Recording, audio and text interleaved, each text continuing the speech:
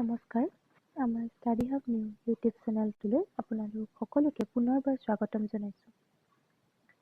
আপোনালোকে গমেই পাইছে যে আমি অলৰেডি বহুকেইটা বিষয়ৰ প্ৰশ্ন উত্তৰ সম্পৰ্কে আলোচনা কৰি আহিছোঁ। আমি ইতিমধ্যে যিমানখিনি প্ৰশ্ন উত্তৰ আলোচনা সেইবোৰৰ কেৱল আপোনালোকৰ সহায় হোৱাকৈহে আলোচনা কৰিছোঁ। আপোনালোকে পাৰিলে এই প্ৰশ্ন উত্তৰসমূহ হুবহু নিলিখিব। সকলোৰে উত্তৰবোৰ অলপ পৃথক হ'ব লাগে। সেয়ে বুজি বুজি লিখক। কাৰণ এছাইনমেণ্টসমূহত দিয়ে প্ৰশ্নবিলাকত যিহেতু সকলো ষ্টুডেণ্টৰ বেলেগ হ'ব লাগে বুলি।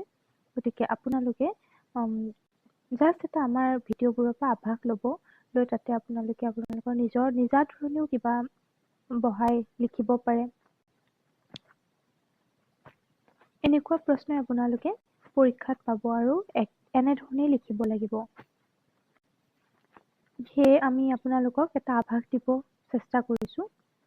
এছাইনমেণ্টসমূহ ছাবমিট কৰাৰ সময় নিচেই চমু চাপিছে।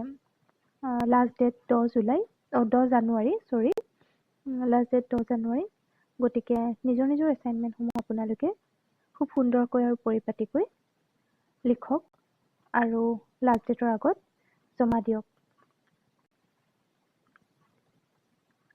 এইখিনিতে এটা কথা কওঁ, আপোনালোকক যদি এছাইনমেণ্টৰ ফ্ৰণ্ট পেজৰ আভাস লাগে তেন্তে আমাক কমেণ্ট কৰি জনাব। আমি আপোনালোকৰ সকলোৰে সহযোগ পালে ফ্ৰণ্ট পেজটো সুন্দৰকৈ বনোৱাৰ আভাস দিবলৈ চেষ্টা কৰিম।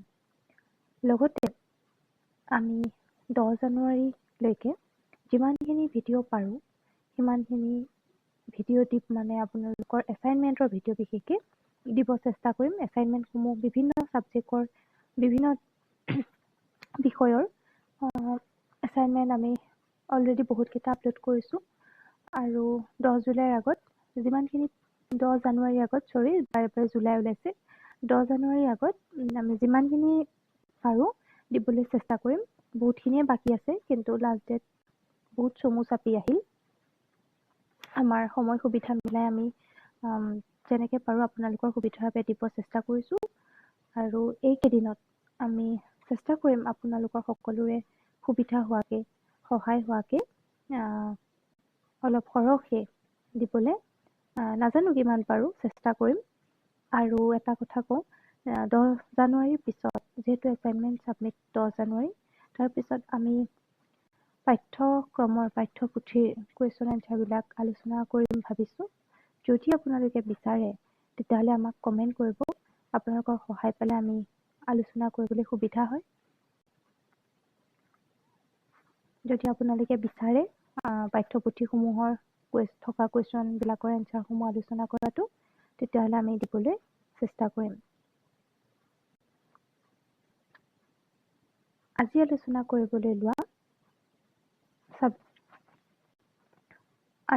কৰিবলৈ লোৱা বিষয়টো হৈছে ডিগ্ৰী মেজৰ হিষ্ট্ৰী ছাবজেক্টৰ এটি প্ৰশ্ন। এতিয়া আহকচোন ভিডিঅ'টোৰ মাজলৈ যাওঁ। প্ৰশ্নটো আছিলে, প্ৰাচীন আৰু মধ্যযুগীয় ভাৰতত ভক্তি আন্দোলনৰ মুখ্য বৈশিষ্ট্যবোৰ কি? এইটো বৈশিষ্ট্যবোৰ হ'ব, প্ৰশ্নটোত বেৰ বুলি হৈ আছে। প্ৰাচীন আৰু মধ্যযুগীয় ভাৰতত ভক্তি আন্দোলন আছিল এক গুৰুত্বপূৰ্ণ ধৰ্মীয় আৰু সামাজিক আন্দোলন, যি খ্ৰীষ্টপূৰ্ব 7ম শতিকাৰ আশে-পাশে উদ্ভৱ হৈছিল আৰু আধুনিক কালৰ আৰম্ভণিলৈকে বিভিন্ন অঞ্চলৰ মাজেৰে বিয়পি পৰিছিল। ভক্তি আন্দোলনে দেৱতা বা দেৱীৰ প্ৰতি ব্যক্তিগত ভক্তি আৰু ঐশ্বৰিকৰ সৈতে প্ৰত্যক্ষ আৱেগিক সম্পৰ্কৰ ওপৰত গুৰুত্ব আৰোপ কৰিছিল। লগতে পৰম্পৰাগত জাতি আৰু ৰীতি-নীতিৰ বাধা অতিক্ৰম কৰিছিল। ভক্তি আন্দোলনৰ মুখ্য বৈশিষ্ট্যবোৰ তলত আলোচনা কৰা হ'ল। এজন নিৰ্দিষ্ট ঈশ্বৰৰ প্ৰতি ভক্তি। ভক্তি আন্দোলনৰ মূল আছিল কোনো নিৰ্দিষ্ট দেৱতাৰ প্ৰতি তীব্ৰ ভক্তি, যিয়ে প্ৰায়ে প্ৰাৰ্থনা, ভজন আৰু ৰীতি-নীতিৰ জৰিয়তে প্ৰকাশ কৰা হয়। জটিল ৰীতি-নীতি বা দাৰ্শনিক বিতৰ্কৰ পৰিৱৰ্তে গভীৰ আৱেগিক সম্পৰ্ক থকা এজন দেৱতাৰ ওচৰত আত্মসমৰ্পণ কৰা আৰু প্ৰেম কৰাৰ ওপৰত গুৰুত্ব দিয়া হৈছিল। সেই সময়ত উপাসনা কৰা সাধাৰণ দেৱতাসকলৰ ভিতৰত আছিল বিষ্ণু, শিৱ, দুৰ্গা আৰু পিছলৈ কিছুমান অঞ্চলত শিৱ দেৱী শক্তি দেৱী বা স্থানীয় দেৱতাক উপাসনা কৰা হৈছিল।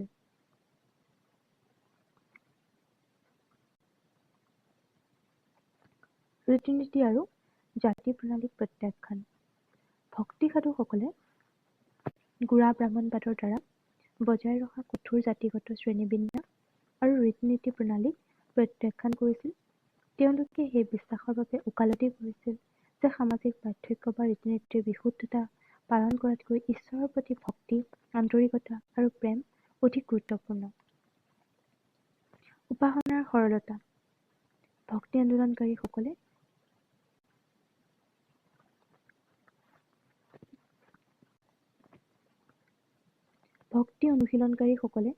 সৰল ব্যক্তিগত উপাসনাৰ ওপৰত গুৰুত্ব আৰোপ কৰিছিল, যিবোৰ জাতি, লিংগ বা সামাজিক স্থিতি নিৰ্বিশেষে যিকোনো লোকে কৰিব পাৰে।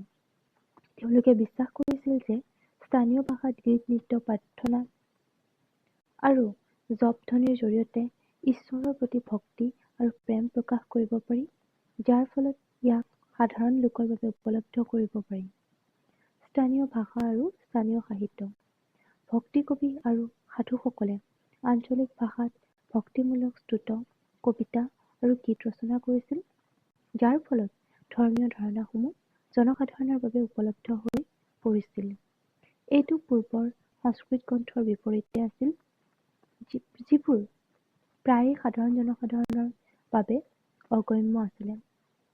বিখ্যাত ভক্তি কবিসকলৰ ভিতৰত আছে কবিৰ মীৰাবাই, সন্ত তুকাৰাম, গুৰু নানক আৰু তুলসীদাস।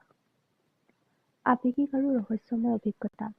ভক্তি ঈশ্বৰৰ সৈতে ব্যক্তিগত, প্ৰত্যক্ষ আৰু আৱেগিক সম্পৰ্কৰ ওপৰত গুৰুত্ব আৰোপ কৰিছিল, যাক প্ৰায়ে ঈশ্বৰৰ সৈতে প্ৰেম, আকাংক্ষা আৰু মিলনৰ ক্ষেত্ৰত বৰ্ণনা কৰা হয়। এই ৰহস্যময় অভিজ্ঞতা আন্দোলনৰ কেন্দ্ৰবিন্দু আছিল আৰু প্ৰায়ে আনুষ্ঠানিক ৰীতি-নীতি আৰু দাৰ্শনিক বিতৰ্ক অতিক্ৰম কৰিছিল। সামাজিক সংস্কাৰ। বহুতো ভক্তি সাধু সমাজ সংস্কাৰক আছিল, যিয়ে সমাজৰ কঠোৰতাক প্ৰত্যাহ্বান জনাইছিল, যাৰ ভিতৰত আছে জাতি ব্যৱস্থা, লিংগ ব্যৱস্থা আৰু ব্ৰাহ্মণীয় গোড়ামীৰ আধিপত্য। উদাহৰণস্বৰূপে, শিখ ধৰ্মৰ প্ৰতিষ্ঠাপক গুৰু নানকে সমতাৰ ওপৰত গুৰুত্ব আৰোপ কৰিছিল আৰু অস্পৃশ্যতাৰ প্ৰথাৰ বিৰোধিতা কৰিছিল। আনহাতে কবীৰৰ দৰে সাধুসকলে হিন্দু ধৰ্ম আৰু ইছলাম দুয়োৰে গূঢ় ৰীতি-নীতিৰ সমালোচনা কৰিছিল। প্ৰথাৰ বৈচিত্ৰ্য। যদিও ভক্তি এক উমৈহতীয়া আছিল, ই বিভিন্ন অঞ্চল আৰু সম্প্ৰদায়ত পৃথকভাৱে প্ৰকাশ পাইছিল। ই এক একত্ৰিত আন্দোলন আছিল, বৰঞ্চ আঞ্চলিক আৰু সাম্প্ৰদায়িক আন্দোলনৰ এটা শৃংখলা আছিল। প্ৰতিটোৱে বিভিন্ন দেৱতাৰ আচৰণৰ ওপৰত গুৰুত্ব দিছিল। উদাহৰণস্বৰূপে, বিষ্ণুৰ উপাসনা আৰু ৰাম আৰু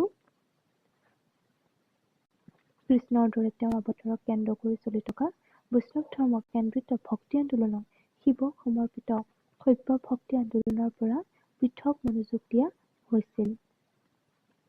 সামগ্ৰিকতা আৰু সততাৰ ওপৰত গুৰুত্ব। ভক্তি সাধুসকলে প্ৰায়ে অন্তৰ্ভুক্তিৰ প্ৰচাৰ কৰিছিল আৰু কৈছিল যে জাতি, ধৰ্ম বা লিংগ নিৰ্বিশেষে সকলোৱে ঈশ্বৰীয় প্ৰেম অনুভৱ কৰিব পাৰে। এইটোৱে সামাজিক গতিশীলতাক উৎসাহিত কৰা আৰু প্ৰান্তিক গোটবোৰক শক্তিশালী কৰাত আন্দোলনটোক বিশেষভাৱে গুৰুত্বপূৰ্ণ কৰি তুলিছিল। আধ্যাত্মিক মুক্তি। ভক্তিৰ চূড়ান্ত লক্ষ্য আছিল ঈশ্বৰৰ সৈতে আধ্যাত্মিক মুক্তি বা মিলন প্ৰাপ্ত কৰা, যাৰ ফলত মুখ্য হ'ব। ভক্তি আন্দোলনে এই ধাৰণাটোৰ ওপৰত গুৰুত্ব দিছিল যে এজন ব্যক্তিৰ সাংসাৰিক স্থিতি বা ৰীতি-নীতি পালন নিৰ্বিশেষে ঈশ্বৰৰ ওচৰত তীব্ৰ ভক্তি আৰু আত্মসমৰ্পণৰ ফলত প্ৰদান হ'ব পাৰে। এইটোৱে বিশ্লেষণ কৰি ক'ব পাৰি যে ভক্তি আন্দোলনক এজন দেৱতাৰ প্ৰতি ব্যক্তিগত ভক্তি, সামাজিক শ্ৰেণীবিন্যাস আৰু ৰীতি-নীতিৰ অগ্ৰাহ্য আৰু প্ৰত্যক্ষ, আৱেগিক আৰু সামগ্ৰিক উপাসনাৰ ওপৰত গুৰুত্ব দিয়া।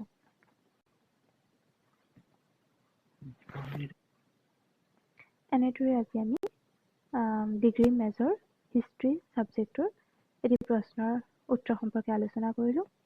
বাকী প্ৰশ্নসমূহৰ উত্তৰ সম্পৰ্কে আমি আলোচনা কৰিবলৈ চেষ্টা কৰিম। আৰু আপোনালোক বহুতে আমাক কমেণ্ট কৰিছে বিভিন্নটা ছাবজেক্টৰ এছাইনমেণ্টৰ বাবে। আমি চেষ্টা কৰি আছোঁ দিবৰ বাবে আপোনালোকে বিচৰা প্ৰশ্ন উত্তৰসমূহ। কিন্তু আমি দুখিত যে আমি দিব পৰা নাই সোনকালে, যিহেতু 10 তাৰিখ লাষ্ট ডেট ওচৰ চাপিছে বহুত। আমিও দিব চেষ্টা কৰি আছোঁ, তথাপিতো আপোনালোকৰ অনুৰোধবোৰ ৰাখি চেষ্টা কৰোঁ। আৰু এসপ্তাহ আছে, যিহেতু এই সপ্তাহত আমি কিমানখিনি দিব পাৰোঁ। চাই থাকিব আপোনালোকে, আমাৰ চেনেলটো ছাবস্ক্ৰাইব কৰিব, ভিডিঅ'সমূহত লাইক কৰিব, ভিডিঅ'সমূহ শ্বেয়াৰ কৰিব, লগতে চেনেলটোৰ যিটো বেল আইকন আছে সেইটো অন কৰি ৰাখিব, যাতে আপোনালোকে নটিফিকেশ্যনসমূহ পায়।